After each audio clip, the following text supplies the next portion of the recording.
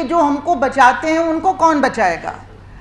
आम आदमी को बचाने वाले कौन होते हैं? हमारा लास्ट कहाँ पे अपील होता है? सिविल सोसाइटी के जो बोलने वाले इंडिपेंडेंट थिंकर्स एंड आर्टिकुलेट करने वाले लोगों को जेलों में बंद करके ताला लगा देते हैं, भूल जाते हैं। हमने तब भी कहा था कि जो कश्मीर में हो रहा है वो पूरे देश में होगा। आपने देखा किस तरह से रूल ऑफ लॉ की धज्जियां उड़ाते हुए बाकी देश में भी, और सुप्रीम कोर्ट कुछ नहीं कर पाई उसके बारे में डिस्पाइट अपील। और वहाँ पे पूरा का पूरा एडमिनिस्ट्रेशन लेफ्टिनेंट गवर्नर के हाथ में है, सारी ब्यूरोक्रेसी उनके हाथ में है, चीफ मिनिस्टर्स अरेस्ट हो रहे हैं। जम्मू कश्मीर में इलेक्शन होने वाले हैं, लेकिन उस इलेक्शन का क्या मायने है? आपको स्टेटहुड नहीं मिलेगी अगर आपको वहाँ भी लेफ्टिनेंट गवर्नर ही चलाएगा, तो वैसे ही का वैसा हाल रहेगा। आपके देश का हिस्सा है, वहाँ पे आम लोगों को अगर बोलने की आज़ादी नहीं है, अपनी बात रखने की आज़ादी नहीं है, तो कॉन्स्टिट्यूशन का क्या मायने हुआ? प्रियम्बल का क्या मायने हुआ? हमको बताया गया था कि जब आर्टिकल 370 को हटाया जाएगा या एब्रोगेट रीड डाउन किया जाएगा, उसके बाद ये ऑल पावरफुल सेंटर वहाँ जाके और इतना ज़्यादा और एक्स्ट्रा मिलिटराइजेशन से हम टेररिस्ट एक्टिविटी कंट्रोल करेंगे। लेकिन तब से 5 साल हो गए और लगातार वो बढ़ता जा रहा है। मतलब इट्स नॉट, दिख नहीं रहा है कि कहीं कंट्रोल हो रहा है। और सेंटर किस तरह से रूल कर रहा है, स्टेटहुड भी छीन ली, यूनियन टेरिटरी के तौर पे किस तरह से डायरेक्ट जो एडमिनिस्ट्रेशन है वो क्यों नहीं कंट्रोल कर पा रहा है, उल्टा और ज़्यादा आम लोगों पे रिप्रेशन बढ़ रहा है। कुछ साल पहले यहाँ पे कॉलिन गोंजाल्विस जी ने ही एक यहाँ पे एक प्रेस कॉन्फ्रेंस पब्लिक मीटिंग के तौर पे ऑर्गेनाइज किया था, who will defend the defenders, यानी कि जो हमको बचाते हैं उनको कौन बचाएगा? आम आदमी को बचाने वाले कौन होते हैं? हमारा लास्ट कहाँ पे अपील होता है? जुडिशरी में। और कौन हमारी आवाज़ बन के वहाँ जाता है? वकील जाते हैं। और वकीलों को ही आप जेलों में बंद करना शुरू कर देंगे तो हमारे लिए हमारी शील्ड कहाँ से आएगी? तो ये अभी हम फेस कर रहे हैं। अब तो पहले से ही शुरू हो गया था कि वकीलों को जेलों में बंद किया जा रहा था। हमने देखा था कि प्रोफेसर साई बाबा के वकील सुरेंद्र गाडलिंग को किस तरह से बंद किया, वो शॉक वेव एक हुआ था।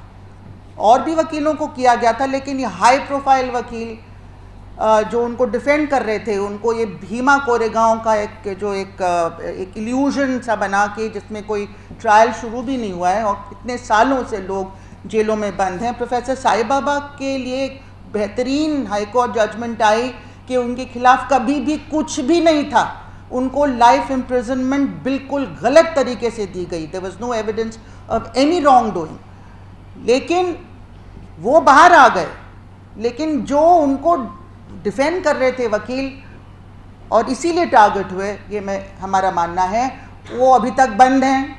हमारे प्रोफेसर हैनी बाबू, वो भी साई बाबा डिफेंस कमेटी के मेंबर थे, वो भी बंद हैं। कुछ नहीं हो रहा है वहाँ पे हम लोगों को। मतलब जैसे कि सिविल सोसाइटी के जो बोलने वाले इंडिपेंडेंट थिंकर्स एंड आर्टिकुलेट करने वाले लोगों को जेलों में बंद करके ताला लगा देते हैं, भूल जाते हैं। अगर केस आगे नहीं बढ़ रहा है तो मनीष सिसोदिया के मामले में जैसे 17 महीने बाद कहा गया कि इस केस में आपका पीएमएलए यूज़ करके आप इनको बेल डिनाई नहीं कर सकते, तो हमारे बाकी लोगों को जो जेलों में पड़े बेल क्यों डिनाई हो रहा है? तो आप देखेंगे कि जो 4 बहुत ही हाई प्रोफाइल, और इसमें से आपके बार एसोसिएशन के चेयरपर्सन, JNK बार एसोसिएशन के एडहॉक चेयरमैन हैं, जनरल सेक्रेटरी हैं, मतलब इतने इतने ऊंचे पदों पे बैठे हैं, उनका ये हाल होगा तो आम वकीलों के अंदर किस तरह का डर का माहौल बैठाने का ये क्या मुहिम चल रहा है, ताकि वो आगे आके आम लोगों को डिफेंड ना करें। या जो अनपॉपुलर मतलब अगर मैं डिसेंटर हूँ, जर्नलिस्ट हूँ, टीचर हूँ और मेरा कोई ओपिनियन है जो सरकार को पसंद नहीं आता है, किसी भी मामले में, एजुकेशन पॉलिसी में जो वो कर रहे हैं बहुत ही गलत कर रहे हैं, पेपर लीक में जो हो रहा है बहुत ही गलत हो रहा है, लेकिन किसी भी मामले में मैं अगर आवाज़ उठाती हूँ, या जो हमारे जो सेबी के साथ हुआ है, जो लोगों के इन्वेस्टमेंट के साथ हो रहा है, उसमें अगर मैं आवाज़ उठाती हूँ तो मेरे के ऊपर अगर कोई एक्शन होता है तो मुझे कौन डिफेंड करेगा? Who will defend the defenders? तो this is a very basic question here. The second thing is that जो 2019 में हुआ उस टाइम पे हम में से बहुत साथी तो प्रोटेस्ट शुरू से ही कर रहे थे, लेकिन जितना और प्रोटेस्ट होना चाहिए था हिंदुस्तान में वो नहीं हो रहा था। लोग सोचे थे कश्मीर के लिए अलग मापदंड होगा और हमारे लिए अलग होगा। ऐसा नहीं हो सकता है। हमने तब भी कहा था कि जो कश्मीर में हो रहा है वो पूरे देश में होगा।